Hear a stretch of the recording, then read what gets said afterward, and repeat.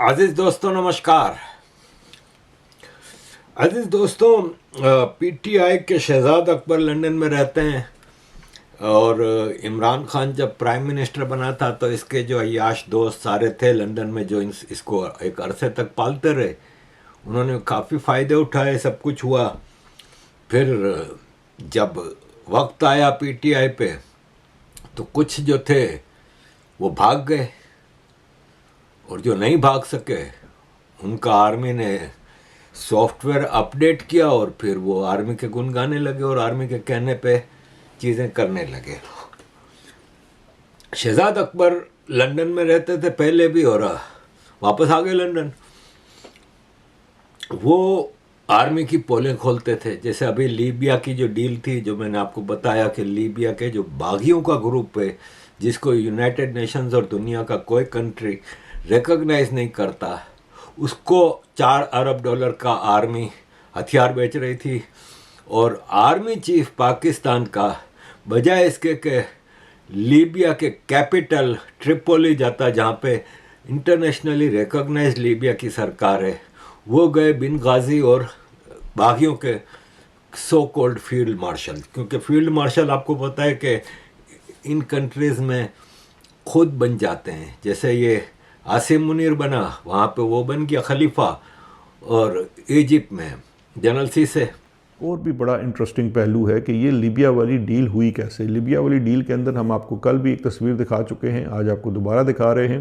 اس character کو مت بھولیے گا. Libya کی جو یہ آرمز ڈیل ہے، اس کے پیچھے یہ یو اے ای کا کریکٹر ہے. یہ شخص جو ہے وہ بدنام زبانہ لیبیا سے ناروے سے بھی ایک وانٹڈ، انٹرنیشنلی وانٹڈ شخص ہے. بڑے لمبے مسائل ہیں اس کے، اور اگر آپ تھوڑی سی ان کے اوپر بھی ریسرچ کریں گے تو آپ کو بہت ساری خبریں ایسی ملیں گی جہاں پر افریقہ کے مختلف ممالک میں بڑے بڑے انہوں نے جناب گھپلے کیے ہیں، اور اس گھپلے میں لوگ جو ہیں ان کے خلاف بڑے بڑے دعوے بھی کر رہے ہیں. اب ایسے ایک کریکٹر کا ہمارے فوجی ٹاپ براس کے ساتھ ہینگ آؤٹ کرنا، اس ڈیل کی سائننگ کے وقت وہاں موجود ہونا، یہ انڈیکیشن دیتا ہے کہ اس ڈیل کے پیچھے جو ڈیفنس انڈینٹنگ کا کام ہوتا ہے، یعنی کہ جو بیچ میں لین دین کا کام ہوتا ہے، وہاں پر کس قسم کے اور کس کماش کے لوگ ملوث ہیں. اور یہ چیز پھر آپ کو بتا سکتی ہے کہ آنے والے دنوں میں ایک آدھ بندے کے پاس تو استثنا ہو سکتا ہے، کہ اب باقیوں کے پاس ایسا استثنا ہوگا، کیونکہ آنے والے دنوں میں یہ چیزیں تو کورٹ مارشل کی حد تک بھی جا سکتی ہیں. کیونکہ اب تو یہ روایت خود ڈال دی گئی ہے کہ فوجی جرنیلوں کا بھی کورٹ مارشل ہو سکتا ہے. اور آف کورس اس طرح کی جو ڈیفنس ڈیلز ہیں اس کے اندر دیکھنا پڑے گا کہ کس نے کیا کیا اور کس نے کیا نہیں کیا. جو یہ ہمارے عمار سولنگی صاحب ہیں، فیصل نصیر صاحب ہیں، یہ جب دبئی جاتے ہیں تو اطلاعات یہ ہیں کہ یہ بھی انہی کے جو میدان کے اندر ان کا ایک بہت بڑا پیلس ہے، وہیں پر شاید ان کا قیام ہوتا ہے. اور جو مڈل ایسٹ کے اندر کوئی انویسٹمنٹس وغیرہ ہیں اس کے اندر بھی ان کا نام لیا جاتا ہے. یہ ابھی کنفرمیشن جو ہے آنے والے وقتوں میں ہوں گی کہ کس نے کتنا کھایا اور کتنا نہیں کھایا، اور کتنا نہایا اور کتنا نہیں نہایا. لیکن لیبیا کی یہ ڈیل اس وقت جو بڑے پازیٹیو نیوز کے طور پر پیش کی جا رہی ہے، مجھے لگتا یہ ہے کہ آنے والے وقتوں میں یہ ایک بہت بڑا ایشو بن سکتا ہے اس وقت کے پورے سسٹم کے لیے. اب یہ شہزاد اکبر نے ان کی پول کھول دی. جب ان کی پول کھولی تو پھر ظاہر برداشت نہیں ہوا ان سے. آپ کو یاد ہوگا کہ last week D G ISPR نے ایک پریس کانفرنس کی تھی جس میں کافی الٹی سیدھی باتیں کی تھیں. اس میں اس نے کہا تھا کہ میں شہزاد اکبر کا منہ نہیں دیکھنا چاہ رہا ہے. اور پھر کل لندن میں شہزاد اکبر کے گھر پہ گھنٹی بجتی ہے، کیمبرج میں رہتے ہیں وہ. اور جب انہوں نے دروازہ کھولا تو ایک آدمی تھا، اس نے دے مار 4:30. اس نے پہلے پوچھا کہ بھئی تمہارا نام شہزاد اکبر ہے؟ اس نے کہا ہاں. دے مار 4:30 مکے مارنے شروع کیے اور چہرے پہ، اور کافی مارا. اور اس کے بعد فیملی آ گئی تو اس لیے وہ بھاگ گیا. شہزاد اکبر کے چہرے پہ چوٹیں آئیں، ناک کی ہڈی ٹوٹ گئی، اس کو فوراً ہاسپٹل لے جایا گیا. اور پھر پولیس کیس بنا اور پولیس نے پوری انویسٹیگیشن کی. شہزاد اکبر نے پھر ایک ٹویٹ کی کہ بھائی پولیس اب انویسٹیگیٹ کر رہی ہے تو مجھے کچھ زیادہ بتانے کی اجازت نہیں ہے. اور CCTV وغیرہ لے گئے ہیں. اب یہ فوٹوز ان کے زخم کی وائرل ہیں، لیکن ان کا کہنا یہ تھا ٹویٹ میں کہ مجھے پولیس نے منع کیا ہے فوٹو اور ویڈیو CCTV وغیرہ کی نکالنے کی، اس لیے میری جو پکچرز ناک پہ زخم اور یہ سب ہیں اس کی اگر کوئی پکچرز آپ کو نظر آئیں تو آپ سمجھ جائیے گا کہ وہ AI سے بنائی گئی ہیں، میری نہیں ہیں۔ ایسے میں جو آرمی کی ایک ٹٹو آج کل لندن میں ہے، جو ابھی شہباز شریف کے ساتھ سپٹمبر میں یونائٹڈ نیشنز میں گئی تھی، اور جو آپ کو پتہ ہی شمع جنید جو میں نے بتایا تھا، انہوں نے ٹویٹ کی کہ شہزاد اکبر کے اوپر اگر پاکستان آرمی نے حملہ کیا ہوتا تو خالی ناک کی ہڈی تھوڑی ٹوٹتی، اتنی چھوٹی موٹی زخم تھوڑی آتے، اور بہت اس کو وہ تو بچتا ہی نہیں اگر آرمی نے حملہ کیا۔ مطلب آپ بتائیں، ایک طرف وہ یہ بھی بتا رہی ہیں کہ آرمی جب کرتی ہے تو پورا کام کر دیتی ہے، جیسے MQM کے ڈاکٹر عمران فاروق جیسے بلوچوں کی ہماری بہن کریمہ بلوچ، شہزاد بلوچ سویڈن میں، تو آرمی اپنا پورا کام کرتی ہے۔ ایک طرف تو یہ بتا رہے ہیں ٹھوک بجا کے، دوسری طرف طنز کر رہی ہیں بجائے اس کے کہ کنڈیم کریں۔ ایک اور صاحب ہیں، انہوں نے شہزاد اکبر کی ایسے ہی زخم کی اور پٹی لگی ہوئی ہے فوٹو لگائی ہے، جو کہ بقول شہزاد اکبر کے AI ہے، اور انہوں نے چشمہ پہنا ہوا ہے۔ تو وہ صاحب کہہ رہے ہیں کہ اگر یہ جھوٹی موٹی خبر ہے، یہ کیسا حملہ ہے کہ جس میں چشمہ نہیں ٹوٹا؟ بھائی گھر میں آدمی ہو 24 گھنٹے چشمہ پہن کے نہیں گھومتا، ٹھیک ہے نا؟ ہمارا بھی چشمہ ہے، جہاں ضرورت ہوتی ہے وہاں پہنتے ہیں۔ تو اس طرح کی چیزیں کر کے آصف منیر نے پچھلے 3.5 سال پاکستان کا نظام ڈر اور خوف سے چلانے کی کوشش کی، ہمارے گھروں کے اوپر حملہ کیا، ہمارے پیاروں کو اٹھایا، ہمیں اٹھایا، ہمارے لیڈروں کو اٹھایا، ہماری خواتین کو اٹھایا، ہر طرح کا ظلم کیا کہ ہمارے اندر ڈر اور خوف بیٹھ جائے۔ اگر وہ کامیاب ہوتا تو آج ہم لوگ یہاں بڑی تعداد میں موجود نہ ہوتے۔ اگر وہ کامیاب ہوتا اور اس کا ڈر اور خوف پھیل جاتا تو پاکستان میں اڈیالہ کے باہر عمران خان کی 3 بہنیں، شوکت خانم کی بیٹیاں نہ بیٹھی ہوتی۔ اس کا مطلب ہے وہ ناکام ہو گیا۔ اب میں آپ کو خوشخبری دیتا ہوں کہ ڈر اور خوف کس میں پھیلا ہے؟ ڈر اور خوف اس شخص میں پھیلا ہے جو آج بھی وردی کے نیچے ویسٹ پہن کے آتا ہے، بلٹ پروف والی، جس نے اپنے لیے تا عمر استثنا لکھوا لیا ہے۔ ڈر اور خوف تو تمہارے اندر ہے۔ تو پاکستان کے مولویوں نے بھی فتویٰ دے دیا کہ یہ غیر شرعی ہے۔ تو آپ دیکھ لو کہ توپیں، گولیاں، کھالے سب کچھ ہونے کے باوجود ڈر اور خوف اتنا ہے کہ یہ اوورسیز پاکستانیوں کی آواز ان ایوانوں تک نہ پہنچ جائے جہاں یہ آپ ہی کے ٹیکس کے پیسوں کے لاکھوں ڈالر خرچ کر کے اپنے لیے لابنگ کراتا ہے۔ لیکن ڈرتا کس چیز سے ہے؟ اوورسیز پاکستانیوں کی آواز سے۔ آپ کی آواز کہاں پہنچتی ہے؟ آپ کی آواز IMF تک پہنچتی ہے، آپ کی آواز کامن ویلتھ سیکریٹریٹ پہنچتی ہے، EU تک پہنچتی ہے۔ اس کو اپنے GSP سٹیٹس کی بھی فکر پڑی ہوئی ہے۔ یہ یورپ آتا ہے اور کہتا ہے مجھے پولیٹیکل میٹنگز چاہیے۔ پولیٹیکل میٹنگز ہوتی ہیں کہ جب وہاں کے الیکٹڈ لوگوں کے ساتھ وردی پہن کے بیٹھے، وہ انکار کر دیتے ہیں۔ وہ پتہ ہے کیوں انکار کر رہے ہیں؟ وہ کہتے ہیں کہ ہمیں ان 5 بندوں کی فکر ہے جو آپ کے باہر کھڑے ہو کے نعرے مارتے ہیں کہ تم غیر جمہوری ہو، تم ریپرزینٹیٹیو نہیں ہو۔ اب دیکھو اس شخص کے بارے میں سوچو جس نے اپنے لیے استثنا بھی لے لیا، جس نے اپنے لیے سب کچھ لکھوا کے رکھ لیا، اس سے کوئی سوال نہیں ہوتا، آپ کے وسائل کے اوپر قبضہ کر چکا ہے، لیکن اب صورتحال یہ ہے کہ اس کے اندر خوف اور ڈر اتنا ہے کہ رات کو بھی بلٹ پروف ویسٹ پہن کے سوتا ہے اور قبر تک کا استثنا لکھوا کر رکھ لیا۔ یہ آپ نے دیکھا نا، یہ شہزاد اکبر روز یہاں پہ پروٹیسٹ میں کھڑے ہو کے جب اسپیچز کرتے ہیں تو آرمی کو یہ پسند نہیں، اور ہم لوگ ہر وقت پاکستان آرمی کے خطرے میں رہتے ہیں۔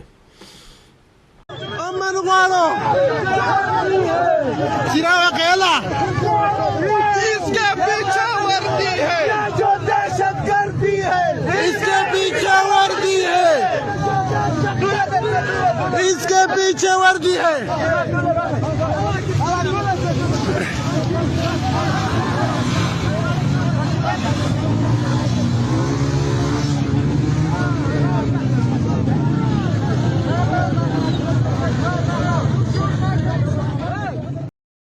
عزیز دوستوں، یہ آپ نے جو دیکھا نا، یہ اس وقت پاکستان میں آرمی کی صورتحال ہے۔ خاص طور پہ بلوچستان اور KP ان کے لیے نو گو ایریا بنے ہوئے ہیں، اور